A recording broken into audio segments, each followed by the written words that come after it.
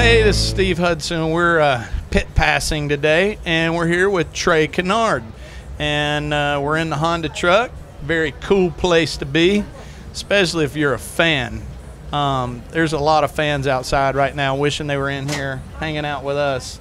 You do a great job with the fans. It's taxing. It's a long day.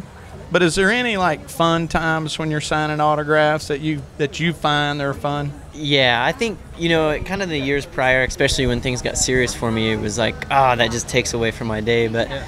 I think kind of coming back to this thing from my injury, I try to look at it as a time to really interact with people, and you never know what a smile or do, or what just a little bit of a, just a little bit of a hint of, hey, I care. Yeah. Does to a person. So, and it's been neat. It's made the time fly by, and I don't know, you're not sitting there dreading it. You actually have some pretty funny things and really encouraging things when you really open up to people, I think. I said this week, I know that the day is long and stressful, but signing autographs sometimes gets monotonous, and when you're little, you're always thinking, man, I want to sign autographs. But after about your 100th autograph, you're like, okay, I'm over this, right? Oh, yeah. I mean, especially, when things aren't going great on the track, or you're struggling with a bike, or, just a number of things that you're kind of in a grumpy mood, and it's hard to go out there and genuinely interact with people. But I try to just separate the two and make sure that my attitude is right, and go out there and give the people what they've been waiting for and what they stood in line for 2 hours for. Yeah, that's one thing that I see. I see the people that don't get the autographs.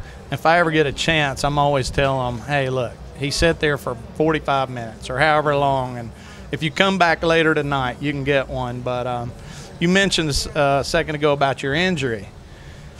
Everybody's asked you about your injury.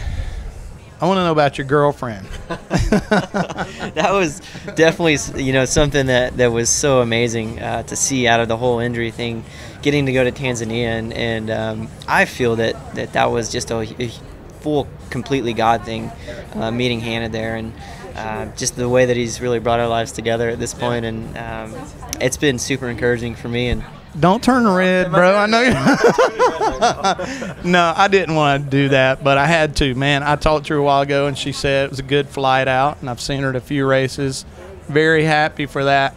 And in your movie documentary, you speak to the things that people always want to know about Christians, is that how come bad things happen to good people? And you pretty much put it, bad things happen to good people all the time. I'm just going to deal with it. Yeah. I think that's part of one of the biggest misconceptions is with Christianity. But I think that it's a big misconception is that if you're a follower of Christ, that everything's going to go perfect. Yeah. And in a lot of cases, that's the complete opposite. You look at our examples in the Bible, and a lot of those people had it very, very rough. So I think that. I don't know. I just think that this whole thing has just really been orchestrated, and his whole hand has been upon it, the whole thing, I think, and hopefully that speaks volumes to people. And I think that he can use something as bad as a back injury or leukemia or whatever it is, and he can do something amazing with it, whether it's changing a life or giving people hope or whatever. And I've seen that through this whole thing, and it's discouraging sometimes, but I think that's okay to get discouraged, because I look at David or King David in the Bible, and he's in this. A lot of the Psalms are going, God, why is this happening? I need you, and I think that just builds our relationships. I like the part about it where he says, "Incline your ear, listen to me, help me. Where are you?" That kind of stuff. And I bet you went through some of that. Oh yeah, I mean there was so many times where you're like searching and going, man, I'm trying to live for you, and why is this happening? And then, when you see things through his perspective, you go, okay,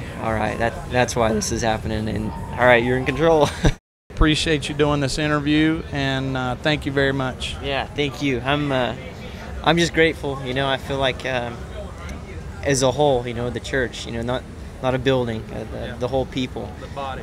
We have an obligation. I mean, it is an obligation, but an opportunity to really make an impact, and hopefully that I'm a part of that and doing his work. Thank you, Trey. Thank you.